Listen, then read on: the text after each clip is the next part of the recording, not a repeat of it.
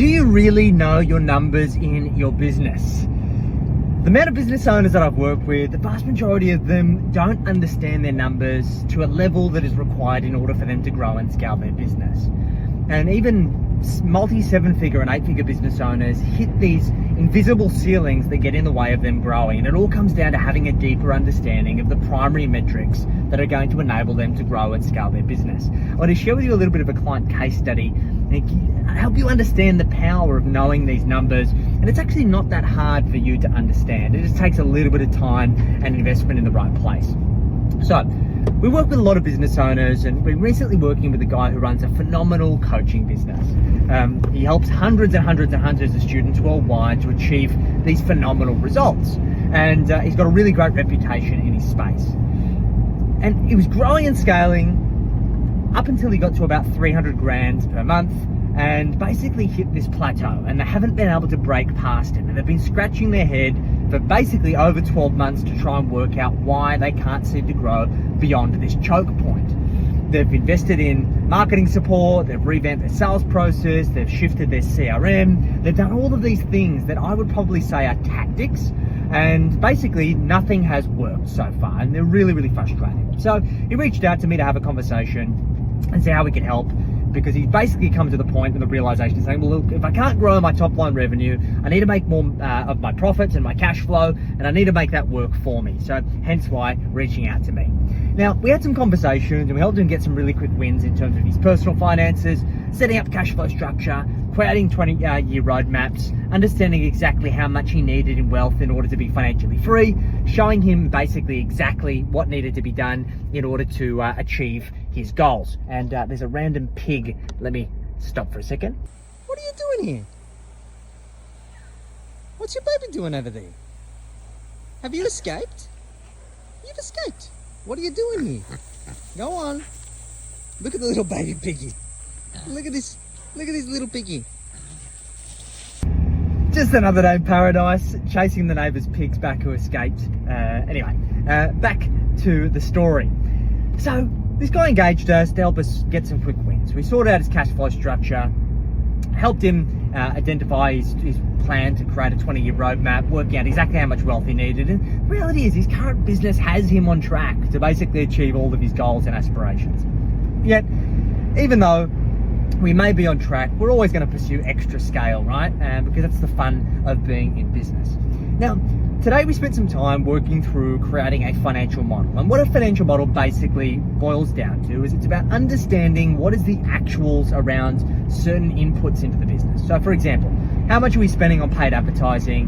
What are our primary metrics on that advertising? Cost per click, cost per lead, conversion rate from lead to sale.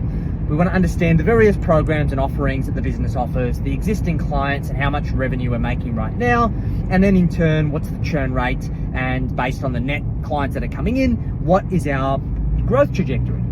Now, when we're looking at the growth trajectory, I always often go back to the client to say, hey, is this actually what is happening in your business? Because these are all the inputs that you've told me, and if those inputs are correct, the outputs should be what you're experiencing right now. And I was very quickly met with the response, well, no, that's not what we're doing right now.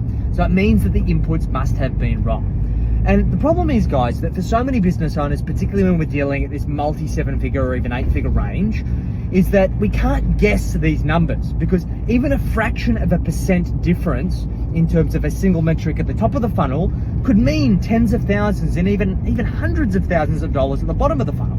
So we basically have started to create a project of getting clear on all of those numbers. Now, through a really high level discussion of trying to identify just through common sense where we felt the numbers may not have been correct, we identified that the business was focusing primarily on front-end client acquisition because he had a phenomenal strategy. It was basically able to spend a certain amount of money each month on Facebook ads and was able to sign up 40 clients a month. And basically, if you continue to rinse and repeat that, it's a recipe for a phenomenal business.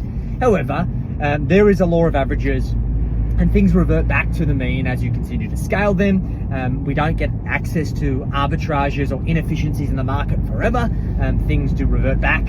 And for that reason, we need to find another way to scale. So we basically said, look, front-end acquisition is important. We need to focus on it, but it is getting increasingly more expensive. So what do we need to do to fix that? we need to look at opportunities to improve the metrics throughout the funnel in order to squeeze more opportunity. And the things that we highlighted is we wanted to look at front-end sales to back-end ascension. Basically, he runs two programs. One is a front-end program promising a specific outcome for his clients.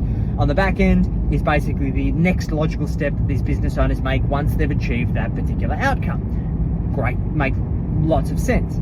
Right now, the business is only converting about 2% of its existing client base into back-end acquisition. If we increase that to 10%, it would dramatically change the trajectory of the business.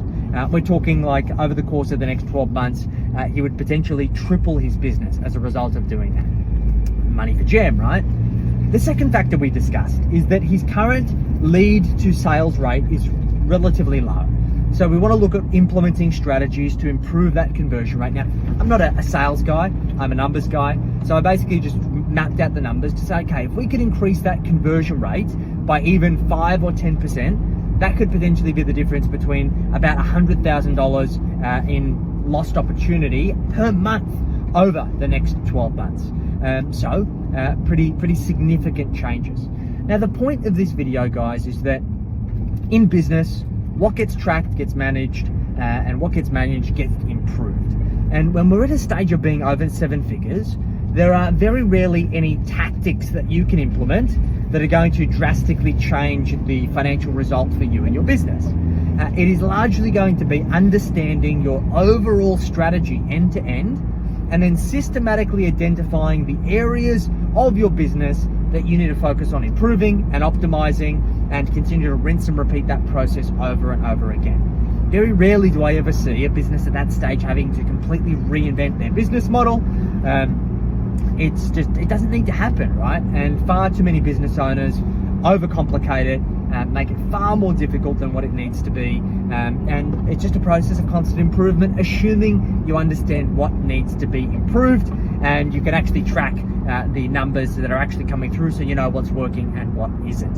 So let me know, guys, in the comments, do you track these kinds of numbers? And if you do, how do you track them? And if you don't, why aren't you tracking them? Really be interested to know your insights. We've got some free tools that might help you with this in my bio. If you click the link in my bio, go get access to the tools, and it'll help you just start the process of understanding how do you understand the numbers in your business so you can make better decisions. Any questions, let me know. Catch you guys soon.